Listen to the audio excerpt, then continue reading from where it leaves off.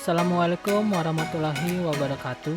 Salam, Om Swastiastu, Namo Buddhaya, salam kebajikan, dan salam sejahtera bagi kita semua. Perkenalkan, kami dari kelompok 1 database, kelas TIA, ingin menjelaskan mengenai langkah-langkah project database yang sudah kami buat. Tanpa berlama-lama lagi, kita langsung ke step pertama, yaitu di 1.1, menentukan entitas. Entitas utama yang diperlukan itu ada policy holder, police, agent, claim, premi payment, beneficiary, commission, insurance type, dan premi. Dan selanjutnya di 1.2 kita mengidentifikasi jenis-jenis hubungan yang ada dalam sistem asuransi.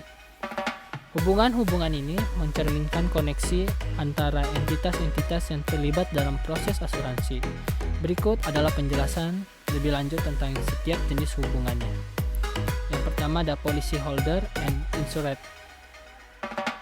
Hubungan ini menghubungkan pemegang polis, yaitu orang yang memiliki polis asuransi, dengan yang diasuransikan, yaitu orang yang hidup,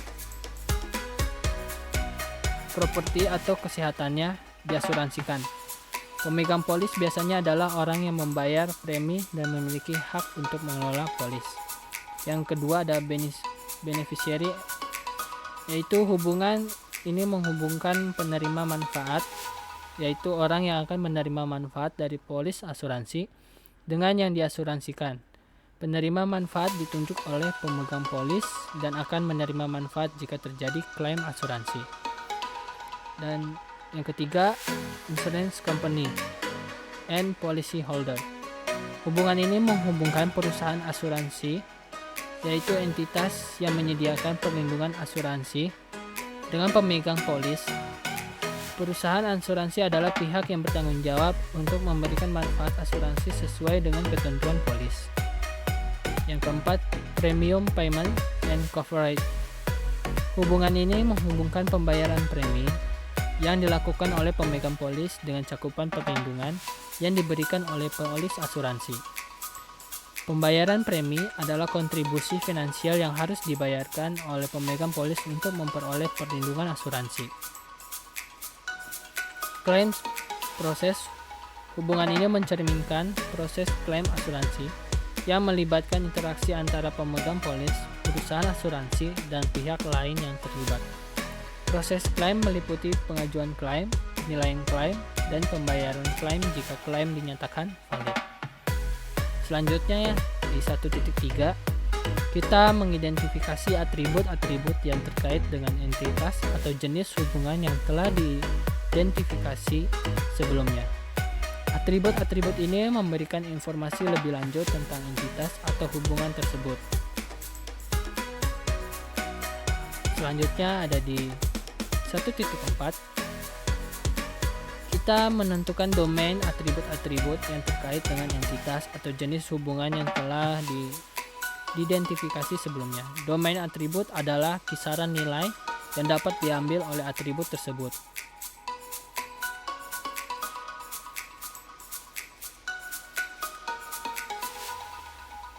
Dan di 1.5 kita menentukan atribut kunci calon atau candidate key attribute dan atribut kunci utama primary key attribute. Atribut kunci calon adalah atribut yang dapat digunakan sebagai kunci untuk mengidentifikasi secara unik setiap entitas dalam basis data. Atribut kunci utama adalah atribut kunci calon yang dipilih sebagai kunci utama untuk entitas tersebut. Berikut adalah penjelasan atribut kunci calon dan atribut kunci utama yang ditentukan. Atribut kunci calon yaitu ada di yang pertama policy number. Atribut ini dapat digunakan sebagai kunci untuk mengidentifikasi secara unik setiap polis asuransi. Yang kedua policy holder ID. Atribut ini dapat digunakan sebagai kunci untuk mengidentifikasi secara unik setiap pemegang polis. Yang ketiga, Insurance Company ID. Atribut ini dapat digunakan sebagai kunci untuk mengidentifikasi secara unik setiap perusahaan asuransi. Yang terakhir, yang keempat itu Agent ID. Atribut ini dapat digunakan sebagai kunci untuk mengidentifikasi. Selanjutnya yaitu di penjelasan step 2. Di 2.1 kita membuat relasi untuk model data logis. Relasi ini mencakup entitas-entitas yang terlibat dalam sistem asuransi seperti pemegang polis, perusahaan asuransi, polis, penerima manfaat, dan agen. Setiap relasi memiliki atribut-atribut yang relevan dengan entitas yang bersangkutan. Selanjutnya di 2.2 kita memvalidasi relasi-relasi tersebut menggunakan normalisasi. Normalisasi adalah proses mengorganisasi relasi-relasi tersebut agar memenuhi aturan normalisasi dan mengurangi redundansi data. Setelah melihat relasi-relasi tersebut, tidak ada masalah yang tampak pada relasi policyholder, insurance company, beneficiary, dan agen. Mereka tidak mengandung atribut yang berlebihan atau redundansi data. Relasi polis juga tampak memenuhi aturan normalisasi. Atribut-atributnya tampak tergantung pada kunci utama policy number dan tidak ada redundansi atau pelanggaran aturan normalisasi yang tampak. Dengan demikian, relasi-relasi ini tampak valid dan memenuhi aturan normalisasi. Mereka dapat digunakan sebagai dasar untuk membangun model data logis yang lebih rinci untuk sistem asuransi. Selanjutnya, 2.3, kita memvalidasi relasi-relasi terhadap transaksi pengguna. Ini melibatkan beberapa langkah, yaitu langkah pertama adalah identifikasi transaksi pengguna, yang kedua adalah analisis relasi, yang ketiga memastikan integritas data, yang keempat evaluasi ketergantungan transaksi, yang kelima uji transaksi. Selanjutnya di 2.4 kita memeriksa kepatuhan terhadap berbagai kendala integritas ini, yaitu pertama adalah kendala kunci utama atau primary key constraint, yang kedua ada kendala kunci asing foreign key constraint, yang ketiga adalah kendala unik unique key constraint, yang keempat adalah kendala not null, yang kelima ada kendala check, yang keenam ada kendala integritas entitas, yang ketujuh ada kendala integritas domain.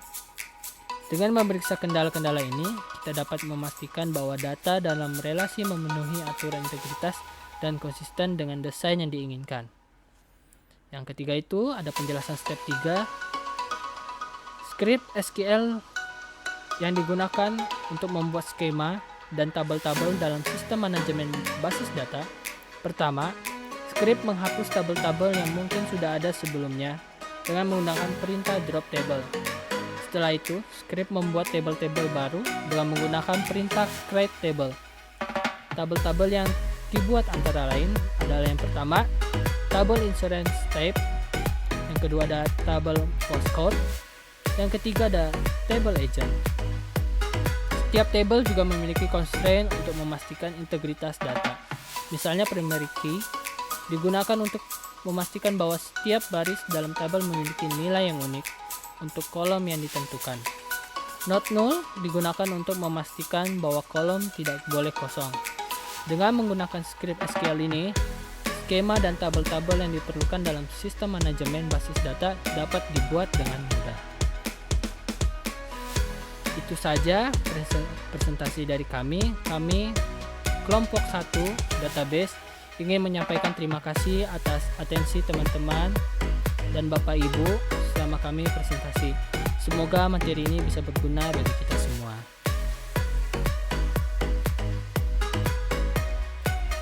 Terima kasih.